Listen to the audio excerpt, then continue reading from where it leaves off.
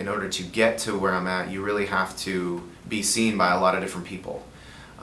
So you have to be seen on some of the biggest games by the biggest people. So you're really trying to get out and get to as many of those events as possible. So a lot of the Development Academy things, they're happening in Florida, and they're happening in Dallas, and they're happening in LA. And so I was going to those things 2 and 3 times a year, but I was also still doing the semi-professional stuff at home here, all around Seattle, Portland area, and all the way over to like Yakima and Spokane and stuff like that.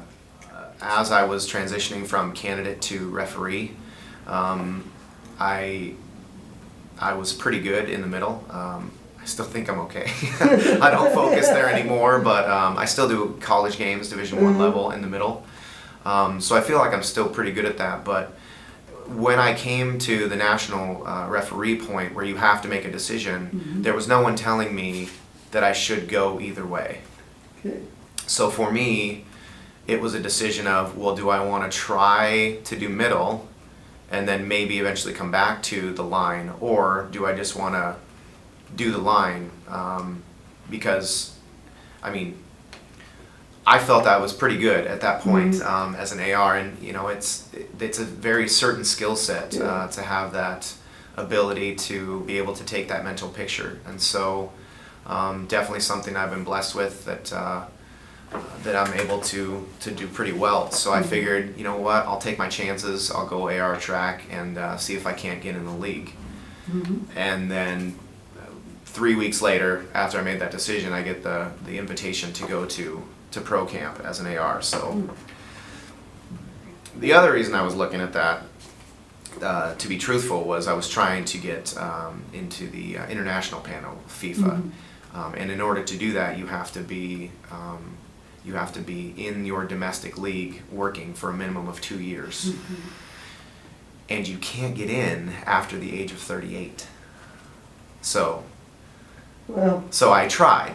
So I've been in, this is my 4th year. I just turned 38 in March, so that window is obviously closed. But the biggest thing that an AR needs is focus, because it could be a 90-minute game and there's a 5-second window where you need to focus. And you know, particularly the lower down the ladder you go, that's more and more true. I mean, obviously at the professional level, there's a lot more things to keep my attention. At some point as a referee, you need to give up the ability to make a lot of money, and you need to focus on your best game every time you go out. But one year I did about 75 games in a 2-month span, which is absolutely unheard of, and I would never recommend or do again. You know, once you're in the match and stuff's going on, for me now it's pretty easy to focus on where I'm at and to switch off all the rest of that stuff. But again, I'm human. I mean, I hear things. Sometimes things I can't repeat. Fans definitely want to get their money's worth. But you know, it's all part of it, and you know, I'm sure that there was a time where I was probably the same guy yelling the same kind of things. So yeah, but I mean, it's honestly just adds to the whole thing, and it's. At the end of the day, it is exhausting mentally to be on the line, like I said, because you can't lose focus. And that's a lot of this match is angles. And as we start to put more and more cameras in the stadiums, where everyone's beginning to realize that, wow, that really looked a lot different from that other angle. So my very first MLS match was May 5th, 2012, right here. Well, not here, but in Portland. So it was pretty cool. Not only that, I was able to have friends and family come and watch me on my first professional game, so that was also very special. I had some people that definitely helped to get me to where I was, and I was able to get them in the stadium and be able to share that experience with them too, because I wouldn't be anywhere where I am without all those people the entire way. So that. But I'm working out.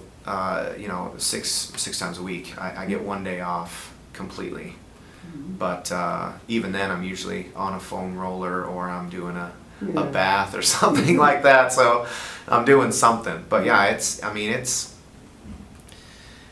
without it really being a full-time job, it's a full-time task. I mean, it's an everyday thing.